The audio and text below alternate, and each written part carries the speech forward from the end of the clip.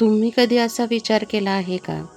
तुमचं लग्न होतं, सगळं काही परफेक्ट वाटतं आणि काही दिवसांनी तुम्हाला कळतं की तुमचा नवरा आधीच दुसऱ्या कोणाचा तरी नवरा आहे. ही कथा आहे स्वराची, एक साधी, निरागस मुलगी, जिला आयुष्यात काही मोठं नको होतं. फक्त एक असा माणूस हवा होता, जो तिला समजून घेईल, तिच्यासोबत आयुष्यभर राहील. एका छोट्याशा गावात तिचं आयुष्य अगदी साधं चाललं होतं. सकाळी अंगणात बसून डायरी लिहिणं, आईबाबांसोबत वेळ घालवणं आणि छोट्या छोट्या स्वप्नांमध्ये जगणं. ती नेहमी तिच्या डायरीत लिहायची, मला फक्त एक खरं प्रेम हवंय, जे कधीही मला सोडणार नाही. पण तिला माहीत नव्हतं की तिच्या या छोट्याशा स्वप्नासाठी तिला खूप मोठी किंमत मोजावी लागणार आहे. एक दिवस आईने तिला सांगितलं, तिच्यासाठी एक नातं आलंय. मुलाचं नाव समीर होतं. शहरात चांगली नोकरी होती. सुसंस्कृत कुटुंब होतं. सगळ्यांना सगळं ऐकायला अगदी असं परफेक्ट वाटत होतं. स्वरा थोडी घाबरलेली, थोडी एक्सायटेड पण होती आणि थोडी लाजलेलीही होती. जेव्हा समीर तिला पहिल्यांदा भेटायला आला, तेव्हा तो खूप कॉन्फिडंट दिसत होता. व्यवस्थित कपडे, नम्र बोलणं, पण त्याच्या डोळ्यात एक विचित्र शांतता होती. जणू काही तो काहीतरी लपवत होता. दोघं एकटे बोलायला बोलायला बसले. समीरनं विचारलं, तुला लग्नाबद्दल काय अपेक्षा आहेत? स्वराने हळूच उत्तर दिलं, फक्त एक असा माणूस हवा आहे जो मला कधी सोडणार नाही. समीर हसला आणि म्हणाला, मी आहे ना. त्या क्षणी स्वराला वाटलं तिला तिचं सगळं जग मिळालं. पण त्या भेटीत काही छोट्या गोष्टी तिच्या लक्षात आल्या.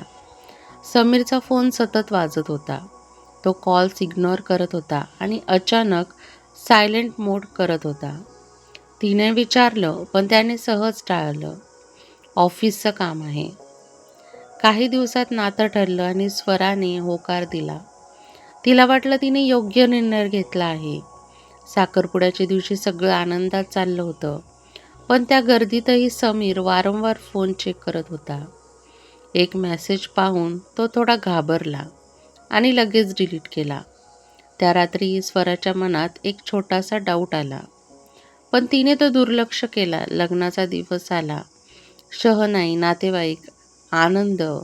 स्वरा नवरीच्या रूपात खूप सुंदर दिसत होती आणि तिला वाटत होतं हेच माझं आयुष्य आहे. लग्नानंतरचे काही दिवस खूप छान गेले. समीर काळजी घेत होता. छोट्या छोट्या गोष्टींनी तिला स्पेशल वाटू देत होता. स्वराला वाटलं देवाने मला सगळं दिलं. पण हळूहळू सगळं बदलायला लागलं. समीर उशिरा घरी येऊ लागला. फोन सतत लॉक ठेवू लागला आणि त्याचं वागणं बदलायला लागलं. एक रात्री 2 वाजता फोन आला. समीर घाबरून बाहेर गेला. स्वरा उठली आणि तिने बोलताना ऐकलं, थोडा वेळ दे प्लीज, समजून घे. त्या क्षणी तिच्या मनात संशय निर्माण झाला. पण तरीही तिने स्वतःला समजावलं, विश्वास ठेव. एक दिवस समीर घाईत ऑफिसला गेला आणि त्याचा फोन घरीच राहिला. स्वरा एकटी होती. तेवढ्यात फोनवर एक मेसेज आला, तू मला अजून किती दिवस लपवणार आहेस? तिचं हृदय जोरात धडधडायला लागलं. तिने दुसरा मेसेज उघडला, मी तुझी पत्नी आहे, विसरलास का? स्वराच्या पायाखालची जमीनच सरकली. तिने धैर्य करून त्या नंबरवर कॉल केला. फोन उचलणाऱ्या स्त्रीने सांगितलं, मी त्याची पत्नी आहे. त्या एका वाक्याने स्वराचं आयुष्य पूर्णपणे तुटलं. संध्याकाळी समीर घरी आला.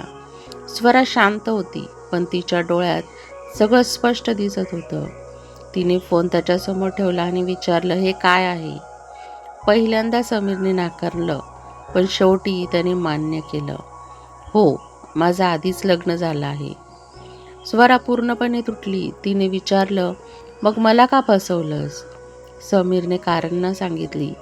जबरदस्तीचं लग्न, न जमलेलं नातं, पण त्याच्या कोणत्याही कारणाने स्वराचं तुटलेलं आयुष्य परत जोडता येणार नव्हतं.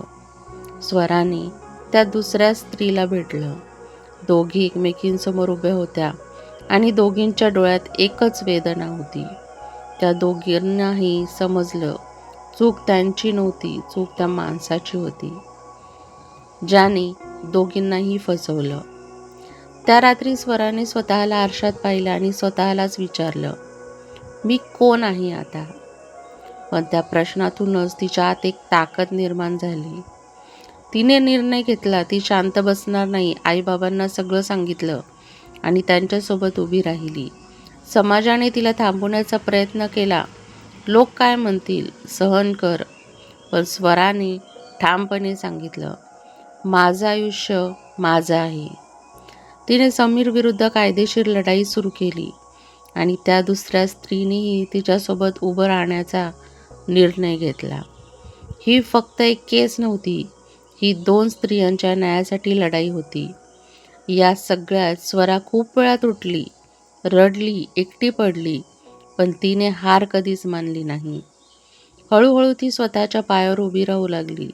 तिने जॉब सुरू केला, स्वतःसाठी जगायला शिकली आणि एक दिवस सकाळी सूर्य उगवत असताना ती बाल्कनीत उभी होती आणि हलक्या हसत म्हणाली, मी हरले नाही, मी बदलले.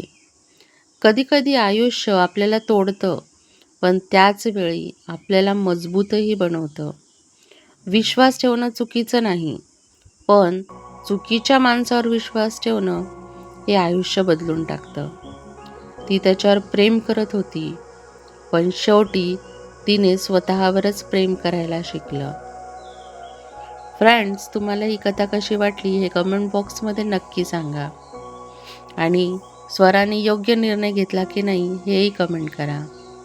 तुम्हाला जर व्हिडिओ आवडला असेल तर व्हिडिओला लाईक करा, चॅनलला सबस्क्राईब करा आणि बेल आयकॉन दाबायला विसरू नका, जेणेकरून सर्वात आधी नोटिफिकेशन तुमच्यापर्यंत येईल. व्हिडिओ बघितल्याबद्दल धन्यवाद.